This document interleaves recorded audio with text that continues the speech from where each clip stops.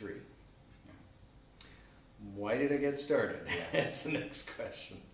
Well, I don't know. It was a kind of a turmoil in my life at the time. I was actually going to school getting my undergraduate degree for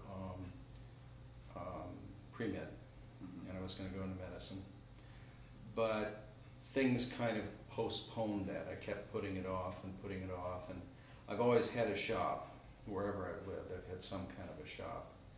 And where I was living at the time, it was in a mobile home, and the landlord allowed me to build a shed, which kept getting bigger and bigger. It ended up to be about 16 feet by about 24 feet. Had a nice kind of a lean-to on the back of it that I put two by 4 foot skylights in, and you know, it was kind of nice actually. But and that's when we had the flood. It was right after the flood, the big flood.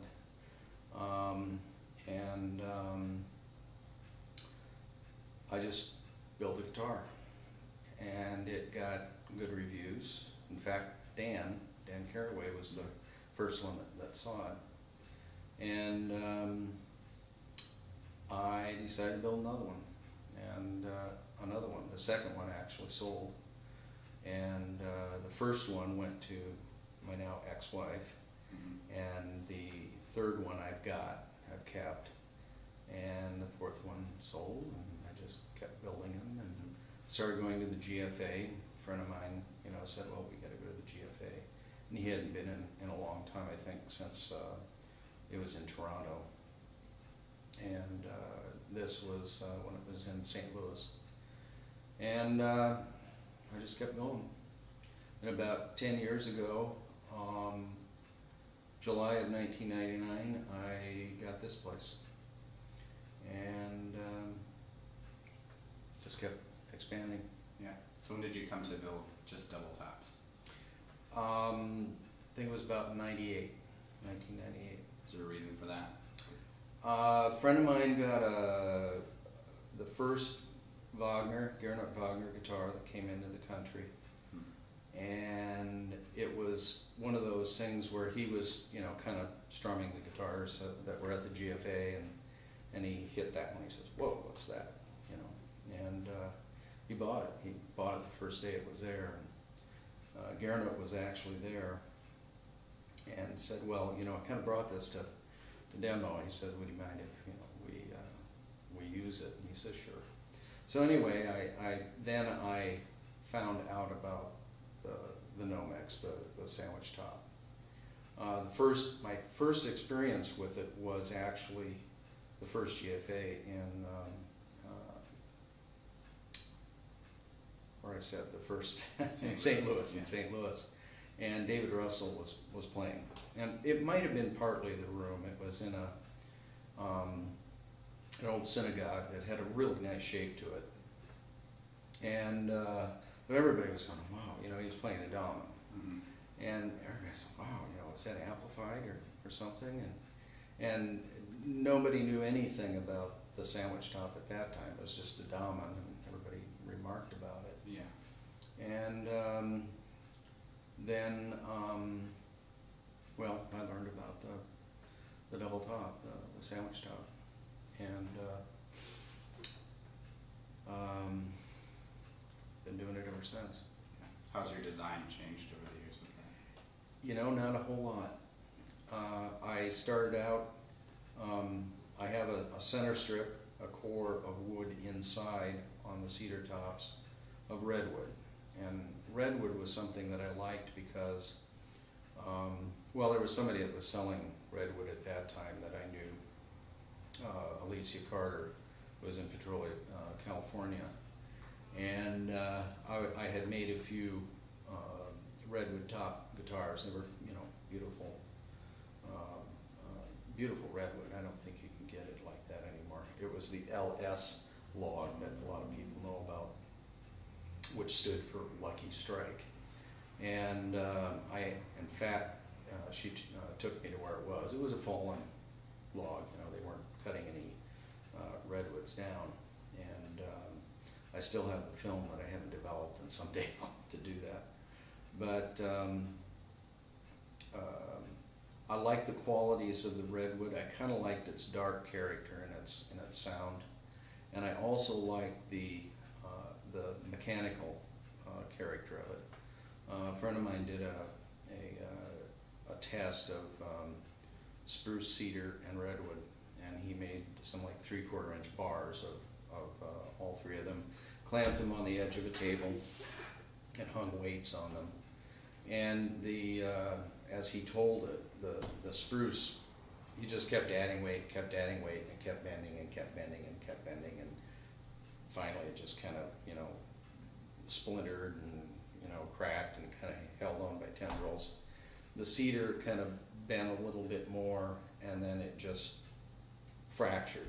And the redwood didn't really, it kind of bent to a certain point and then just kind of stayed there. And as he added the weight, you know, it just kind of stayed there. And finally it just fractured. And so for me, it doesn't have a lot of creep, meaning that if you take like spruce has a lot of creep to it. If you take a piece of spruce and you bend it without breaking it, you can bend it into, you know, it'll stay bent. With redwood, it won't do that so much. And although with spruce tops, when I do the spruce sandwich, I don't put the redwood in it now. But now I've started, before I just started gluing that redwood in, and then butting the honeycomb up next to the edge, and then run a bead of epoxy to integrate it, and then the Nomex goes out to the edge. Now I make these pockets, and I do it with a CNC router that I have downstairs. And well, I can show you the inside of one if you want to see it. That's one that's just waiting to put the Nomex in. Yeah, in fact, you can grab that Nomex over there. Well, here's a piece of Nomex right here. Okay. And this is, you know, this is how I would cut it. Basically, I just take a piece of Nomex and tape it, you know, mark it, and then tape it here, and then just take scissors. The cuts very easily, just kind of, you know, cut it like that, and that's your piece. I do sand it because it has fuzz on it when they cut it. This is the thinnest that they can cut it, which is 80 thousandths. So it's not like you do the whole top with that stuff on it. No. It has that No. sort of like just those screws side of it. Different builders do different things, you know. Some may have just a patch in here where everything else in is open. Yeah. Some do it without any Nomex up here. This is basically the way I have done it from the beginning, except that this would have been thinned down. So the skin is what you're talking about. That would go on the back side of the top. Yeah, and it would have been basically two skins, though. You know, this I don't know whether this is a skin that I would actually use, but so that's really thin. yeah, it's half millimeter thick. Maybe a little more. 0.55 is optimum for me. 0.55 millimeters. And so what you would have is, when I first started doing it, I had two skins that were like this, except one of them had the rosette set into it. And you had to be very careful when you were doing the rosette to make sure that it was a flat bottom on that channel that you glued it into, and that it was pressed in completely to the bottom. Because when you've only got that much wood, and then what I would do is I would sand this on the thickness sander until I could start seeing the rosette through the back, and you might have just little fingers of, you know, wood holding it. Then I'd thickness sand the outside down to what I want. And of course, if you didn't have that rosette set down, you would sand it away. Yeah. And there was a steel string builder from Toronto that a friend of mine wanted me to build to build a sandwich top steel string for. And I told her, I said, you know, she was going to send me the top, you know, for me to thin down. I said, that rosette has got to be, you know, solidly, you know, yeah, you know. Okay, so I started doing it, and what did I do? I sanded the rosette away because it was higher in one place than the other. So anyway, that would have been like that, and then I would glue a strip of redwood into it, and then of course it would just be a butt edge here, and then this would glue into the edge of that redwood, and then you'd have to tie it in though, because that would be a fracture point right there. So you just, in this half cell, take a syringe. You can get syringes and needles from any farm implement store. Yeah. You know, you don't have to have a prescription or anything. Use a large bore needle and dribble the epoxy in there.